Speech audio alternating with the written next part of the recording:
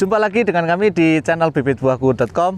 Di video kali ini sedikit menjawab salah satu atau mungkin beberapa komentar di channel kami, yaitu menanyakan seperti apakah model tapak kuda, penanaman dengan model tapak kuda.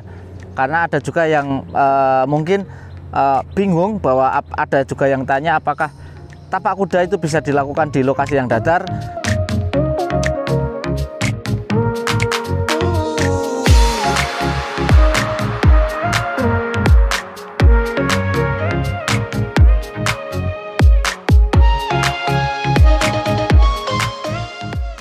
Sedikit menjelaskan bahwa untuk tapak kuda ini adalah pohon alpukat cuba.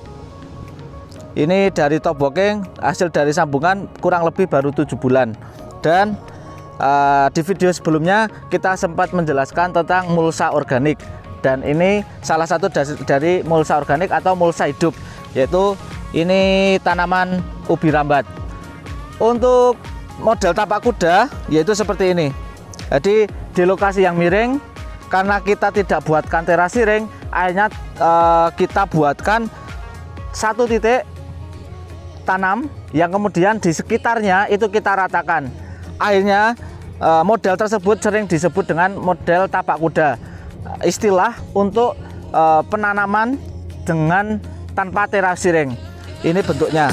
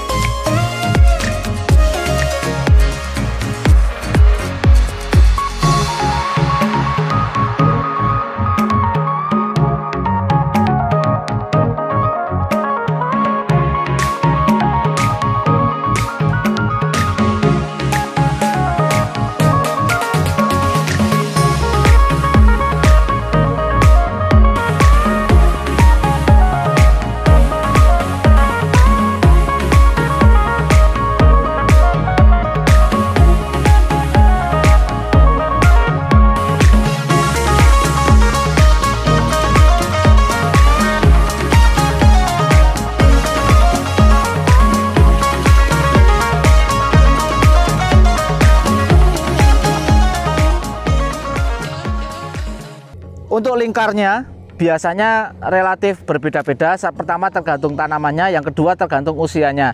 Untuk jenis alpukat ini kita buatnya awal itu 70 cm dengan jari-jari itu 70 cm dan melingkar.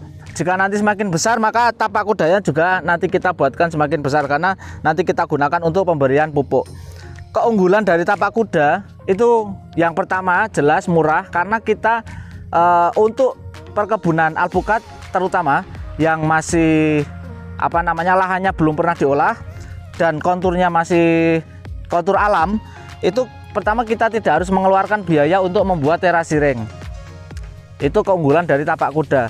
Keunggulan lain adalah tanpa kita mengubah posisi atau mengubah kontur tanah, maka kemungkinan tanah itu nanti longsor juga semakin sedikit. Itu keunggulan dari tapak kuda. Namun di tapak kuda ini juga ada kelemahan.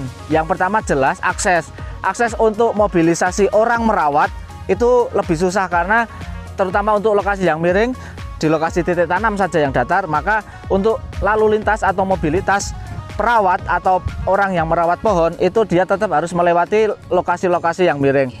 Itu kelemahan yang pertama. Kelemahan yang kedua adalah biasanya karena bagian atasnya yang miring itu kita keduk, kita ambil dan kita ratakan. Yang bawah itu nanti agak tinggi. Biasanya larutnya air atau larutnya pupuk ketika setelah kita pupuk itu semakin besar. Ada kemungkinan besar pupuk itu lebih banyak larut dibanding ketika terasi ring, karena ketika terasi ring itu lokasi datarnya lebih banyak. Kelemahan yang lain yaitu kita harus rutin memperlebar tapak kudanya, luasannya. Kalau terasi ring sekali buat sudah kita tinggal pelihara. Kalau tapak kuda tidak, jadi kecuali kalau memang dari awal sudah kita buat agak besar. Tapi biasanya untuk tapak kuda kita buat kecil dulu, nanti kita perlebar. Itu kelemahan dan keunggulan dari tapak kuda. Jadi untuk lokasi yang datar jelas tidak harus dibuat tapak kuda. Kalau lokasi yang datar ya tinggal dibuat lubang tanam, terus kita mungkin agak menggunduk atau menggunung sedikit dan baru kita tanam. Itu untuk tapak kuda itu hanya untuk lokasi-lokasi yang miring dan tidak dibuatkan terasiring seperti ini. Dan yang perlu diperhatikan ketika membuat sistem tapak kuda adalah lokasi yang bawah itu sebisa mungkin jangan terlalu dekat. Jarak titik pohon dengan pinggiran atau tepi, garis tepinya itu jangan terlalu dekat. Karena jika terlalu dekat maka semakin besar akar akan terlihat di bagian tanah, di permukaan tanah. Itu kurang bagus ketika nanti pohon sudah besar. Jadi biarkan jarak dengan antar pohon dan bibir tapak kuda itu cukup panjang. Itu saja mungkin terkait tapak kuda ini. Mungkin dari teman-teman sudah banyak yang tahu, tapi kita hanya share atau menjawab sedikit pertanyaan di komentar channel kami. Itu saja. Jika menurut Anda video kami bermanfaat silakan klik like. Jika menurut Anda video kami kurang bermanfaat silakan dislike. Dan mohon maaf jika ada salah. Sekian. Ini bibit buahku, mana bibit buahmu?